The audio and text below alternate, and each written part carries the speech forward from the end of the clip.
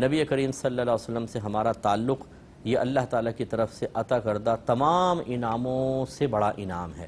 میں کہتا ہوں بہت بڑا انعام ہے، کیونکہ بروز قیامت میرے آقا صلی اللہ علیہ وسلم شفاعت فرمائیں گے اور اپنے کسی امتی کو جہنم میں چھوڑیں گے نہیں۔ اتنے پیارے نبی ہیں ہمارے اور اتنا ہمارا عظیم ان سے تعلق، اور رحمت کونین صلی اللہ علیہ وسلم ارشاد فرماتے ہیں خدا کی قسم جب تک میں جنت میں نہ چلے جاؤں پچھلے تمام نبیوں پہ جنت حرام ہے، اور جب تک میری تمام امت داخل جنت نہ ہو جائے پچھلی امتوں پہ جنت حرام ہے۔ اب آپ اندازہ کر لیں کہ ہم کون سے اتنے خوش نما ہیں، ایسے کارنامے ہمارے ہیں، یا اتنی عبادات کی کثرت ہے کہ ہمیں فوقیت دی جائے۔ یہ صرف نسبت سرکار صلی اللہ علیہ وسلم ہے۔ جب میدان محشر میں سارے جمع ہوں گے، گرمی ہے، بھوک ہے، پیاس ہے، وحشت ہے، لوگ چاہ رہے ہوں گے کہ کم از کم حساب و کتاب تو شروع ہو۔ سب جانتے ہیں کہ ایک رب کی ذات موجود ہے، اللہ تبارک و تعالی ہماری سننے والا ہے، وہ فریاد رس ہے، وہی مشکل کشا ہے، وہی سب سے بڑا غوث ہے، فریاد کو پہنچنے والا ہے۔ اس کی عطا کے بغیر کوئی ایک تنکا بھی نہیں دے سکتا، ایک ذرا سی مشکل بھی دور نہیں کر سکتا۔ وہی فاعل حقیقی ہے، مؤثر حقیقی ہے، خالق حقیقی ہے، اسی کے دست قدرت میں سارے خزانے ہیں، کسی کا کچھ بھی نہیں، سب میرے رب کا ہے۔ اب لوگ اپنے اللہ کو پکار رہے ہوں گے لیکن اس کی طرف سے کوئی جواب نہیں آ رہا ہوگا، حتیٰ کہ توجہ جائے گی اللہ کے محبوبوں کی طرف۔ اس کا تو بعض لوگ کہتے ہیں کہ جی صرف اللہ تعالیٰ سے مانگو، مخلوق سے کیوں مانگتے ہو؟ بالکل صحیح بات ہے، اللہ سے ہی مانگنا چاہیے، لیکن اگر اللہ کی مشیت یہ ہو کہ مخلوق سے مانگو تو کہ اللہ کی مرضی کے خلاف چلیں؟ آپ دیکھ لیجئے دنیا میں اللہ تعالیٰ جو کچھ عطا فرماتا ہے وہ وسیلے سے عطا فرماتا ہے، حالانکہ وہ غیر محتاج ہے۔ وہ چاہتا تو ہم صبح اٹھتے تو جیسے بنی اسرائیل کے خاص گروہ پر اللہ نے من و سلوہ آسمان سے اتارا، ہم پر بھی اتار سکتا تھا، لیکن نہیں، ہمیں حکم دیا کسب کرو۔ نبی کریم صلی اللہ علیہ وسلم ارشاد فرماتے ہیں کہ اللہ معطٍ وانما انا قاسم، اللہ تعالیٰ عطا فرمانے والا ہے اور میں تو محض تقسیم کرنے والا ہوں۔ یہی اب میدان محشر میں ہوگا، براہ راست تو سب اللہ کو پکار رہے ہوں گے لیکن وہاں سے جواب نہیں آ رہا ہوگا، تو اب کیا کریں؟ چلو جی کوئی وسیلہ ڈھونڈتے ہیں، اللہ کے محبوب بندوں کے پاس جاتے ہیں۔ کوئی بھی ان میں ایسا آگے بڑھ کر نہیں کہے گا کہ یہ تم شرک کر رہے ہو، کیونکہ اللہ سے مانگو، اللہ کے پاس جاؤ، وہی مشکل کشا ہے۔ آدم علیہ السلام کہاں سے مشکل کشائی کر سکیں گے کہ ان کے پاس جا رہے ہو؟ کیوں ان کو وسیلہ بنا رہے ہو؟ کہ اللہ تعالیٰ براہ راست سن نہیں سکتا؟ اللہ کو چھوڑ کر وہاں کیوں جا رہے ہو؟ اللہ کے خزانوں میں کس چیز کی کمی ہے؟ نہیں، کوئی کویسچن نہیں کرے گا، سب متفق ہوں گے کہ نہیں، کوئی نہ کوئی وسیلہ تو ڈھونڈنا پڑے گا بھائی۔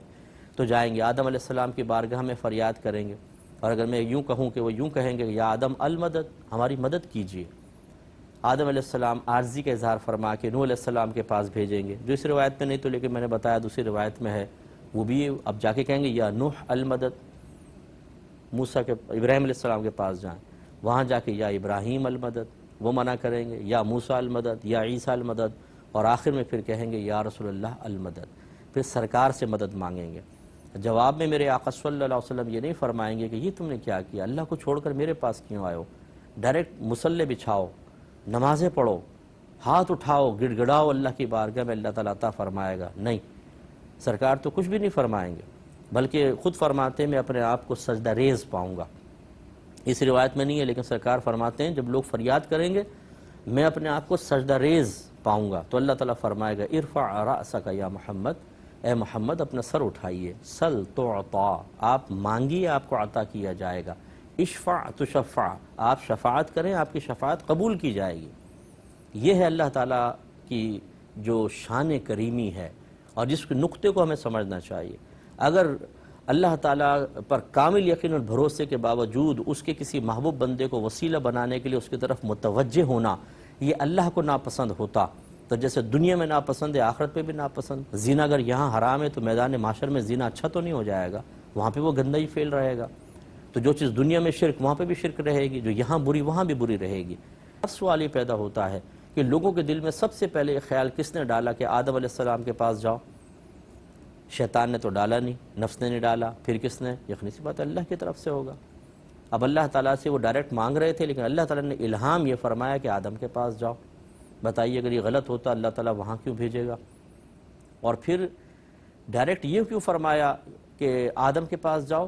اللہ تعالیٰ فرماتا سیدھا میرے حبیب کے پاس آؤ، یہ دل میں ڈال دیتا، سب ڈائریکٹ سرکار کے پاس آتے، شفاعت ہوتی، معاملہ شروع ہو جاتا۔ نہیں، سب سے پہلے یہاں پھر نوح علیہ السلام، پھر ابراہیم علیہ السلام، پھر موسیٰ علیہ السلام، پھر عیسیٰ علیہ السلام، پھر نبی کریم صلی اللہ علیہ وسلم، اتنا لمبا چکر کیوں؟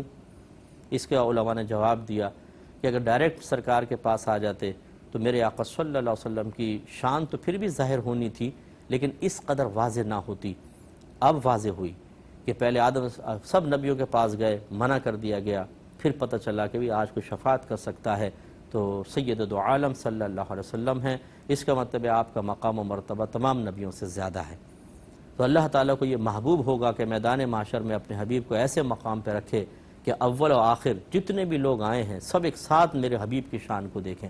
اسی میں یہی مقام محمود ہوگا کہ سرکار کے اونچے مقام پہ کھڑا کیا جائے گا، آپ کے ہاتھ میں لواء الحمد ہوگا، حمد کا جھنڈا، اور سرکار فرماتے ہیں میرے جھنڈے تلے سارے نبی جمع ہوں گے، سارے انبیاء، تمام مخلوق کثیر، اور میرے آقا ایک بلند مقام پر مقام محمود پر فائز ہوں گے، اور آپ کی حمد کی جائے گی۔ محمود مانے جس کی حمد کی جائے، جس کی تعریف کی جائے، تو سب تعریف اور ستائش کریں گے کہ بھئی واقعی آج جو مقام و مرتبہ سرکار کو حاصل ہے وہ کسی کو نہیں۔ وہاں کھڑے ہوں گے تمام نبی بھی ہوں گے، ان کے امتی بھی ہوں گے، لیکن ہمارے نبی سب سے اوپر ہوں گے تو ہم آپس میں فخر سے کہہ سکیں گے، بلکہ دوسرے امتیوں کو مخاطب کر کے کہہ سکیں گے یہ ہمارے نبی، ہم ان کے امتی تھے۔ تو پھر ہمیں کتنے قابل رشک نگاہوں سے دیکھا جائے گا، اور ہم اس تعلق کو کمزور سے کمزور تر کرتے چلے جاتے ہیں۔ اور میں اپنے ان تمام بھائیوں اور بہنوں سے انتہائی دائرہ ادب میں رہ کے گزارش کرتا ہوں کہ جو وسیلے کو منع کرتے ہیں، جو اللہ کے محبوب بندوں کا اس انداز سے ذکر کرتے ہیں کہ توہین اور تحقیر تک پہنچ جاتے ہیں، جو معاذ اللہ اس کے رسول کو یا اللہ کے محبوب بندوں کو مقابلے پہ کھڑا کر کے پھر لوگوں کا ذہن بناتے ہیں کہ دیکھو اگر تم ادھر جاؤ گے نا، دیکھو اللہ کو چھوڑ کر چلے جاؤ گے، اس طرح نہ کرو، یہ نہ کیجیے، یہ بالکل نہ کریں۔ اگر کوئی کسی مخلوق کے پاس جاتا ہے، جیسے میدان محشر میں یہ جائیں گے لوگ، تو کیا اللہ تعالیٰ کو چھوڑ کر جائیں گے؟ کیا اللہ تعالیٰ کی مدد پر عدم یقین کی بنا پر جائیں گے؟ کیا ان کو یہ یقین نہیں ہوگا کہ اللہ کے خزانے بھرے ہوئے ہیں اور اس کے میں کوئی کمی نہیں؟ کیا اس وجہ سے جائیں گے کہ اللہ کے خزانے میں کمی محسوس ہوگی؟ نہیں۔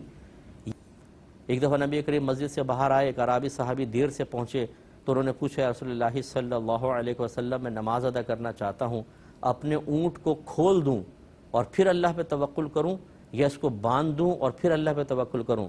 سرکار نے ارشاد فرمایا پہلے اس کو باندھ پھر اللہ پہ توکل کر، تدبیر پہلے۔ اگر کوئی اللہ کے محبوبوں کے پاس جاتا ہے وہ اللہ کو چھوڑ کر نہیں جا رہا، اسے اللہ کے خزانوں پر کوئی شک و شبہ نہیں ہے، بلکہ جیسے میں نے شروع میں تمہید باندھی تھی کہ اگر ہم اللہ کے کسی محبوب بندے کی طرف متوجہ ہوتے ہیں وہ اسی لیے ہو رہے ہیں کہ وہ اللہ کا محبوب بندہ ہے، ورنہ نہ ہوتے، ہم تو اللہ کی وجہ سے ہو رہے ہیں۔ اور ہمیں یقین ہے کہ اللہ تبارک و تعالیٰ اسے ایک انعام عطا فرماتا ہے، اللہ نے اسے منصب عطا فرمایا تو وہ اسی لیے تاکہ اس کا فیض لوگوں تک جاری ہو، لیکن اللہ تعالیٰ کی عادت اکثر ہے کہ وہ وسیلے کے بغیر عطا نہیں فرماتا، تو اس لیے وسیلہ قائم کرنے میں کوئی حرج نہیں۔ تو اس کا مطلب ہوا کہ صحیح عقیدے کے ساتھ اگر آپ مخلوق کی طرف متوجہ ہوتے ہیں تو نہ تو یہ اللہ کو چھوڑنا کہلائے گا، نہ اللہ کے خزانوں پر اعتماد کی کمی کہلائے گی، بلکہ یہ تو اللہ کے پیاروں کا طریقہ ہے، جیسے کہ اس حدیث کے اندر موجود ہے۔ امید ہے کہ آپ بہت ساری باتیں سمجھ گئے ہوں گے۔